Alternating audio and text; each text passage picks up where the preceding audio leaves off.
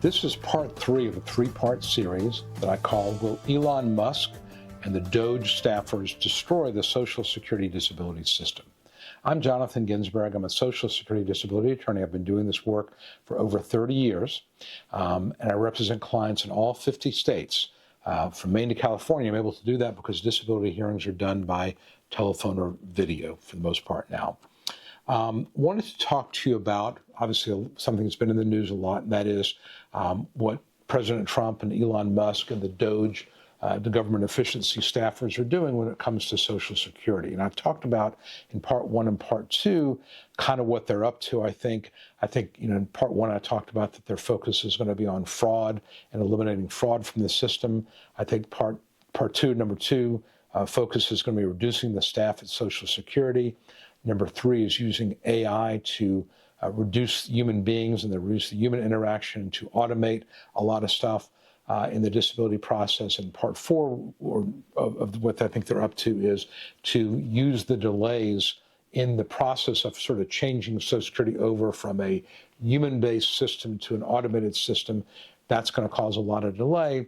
But I think that they want to use those delays to discourage people from applying or appealing, and also to, deal with the attrition of staff so there won't be as many people servicing fewer claimants. And again, it seems kind of, that's not a real pleasant thing to think about when it's going to mean, I think, that your case may take, 3-4 years now. Again, I hope that's an extreme, but it could take a lot longer, but I think that's what's going on.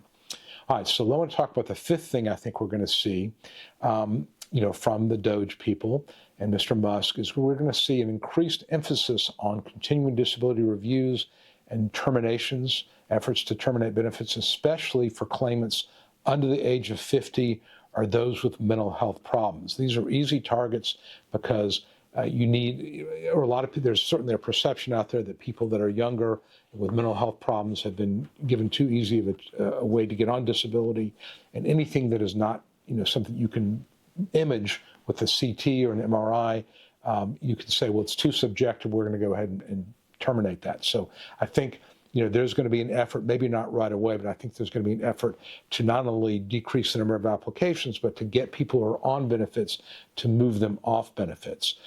Realize that when if they move to terminate, you can appeal that, but the problem is that if you choose to have benefits continue while you appeal, then there's no past due benefits. You can't really hire a lawyer on contingency, or you can say, well, I'll just take my chances and not have benefits continue so I can get a lawyer to take it on a contingency, but then you have no money coming in for 2 years. So, the termination process, the continuing review and the termination process discourages representation, and it gives you a really, really difficult choice. And most people understandably choose to have their benefits continue, but then they can't get representation. They get to a hearing and they get snowed over because they don't know what they're doing, and they end up losing their benefits. So it's a very, very difficult situation there. But I think that there will be an emphasis on, going after people who are already getting benefits to get them off. Number 6, I think there will be at some point in the near future, maybe hopefully not that near future, but there'll be more of an effort to make it more difficult to win disability. I've heard things like getting rid of the grid rules, which benefits people over 50, making the look back instead of a year from the time of application to 6 months. That would reduce the back benefit payment. The trust fund in Social Security is going to run out of money in 10 years, 2035, if they don't do something. And I suspect that Congress is going to say, well, before we raise taxes, and certainly at this point there's not a lot of appetite for raising taxes, we want Social Security to do everything possible to reduce the fraud, reduce the number of applications, reduce the number of people collecting benefits, and then we'll talk about raising taxes. So I think that's going to be a focus, maybe not right away, but I think down the road that's coming. Look, they may go after attorney's fees. I can see that as a way to discourage people from filing. Right now, we're paid 25% of past due benefits with a cap of $9,200. They may go after that. And what that would do is that would mean fewer attorneys, who would only take stronger cases.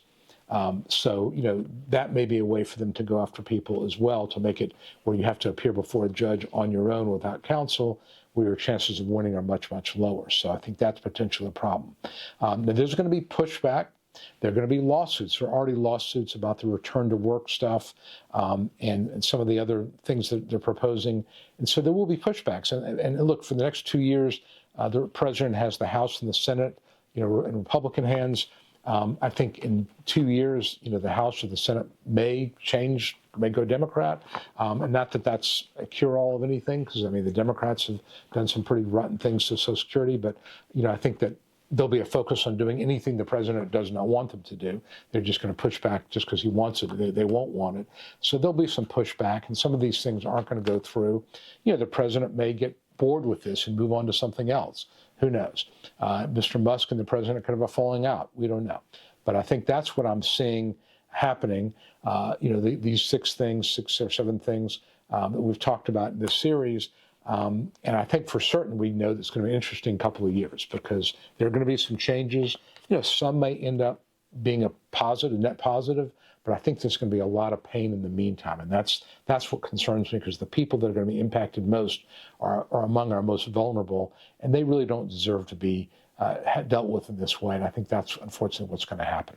Visit me online at ssdanswers.com.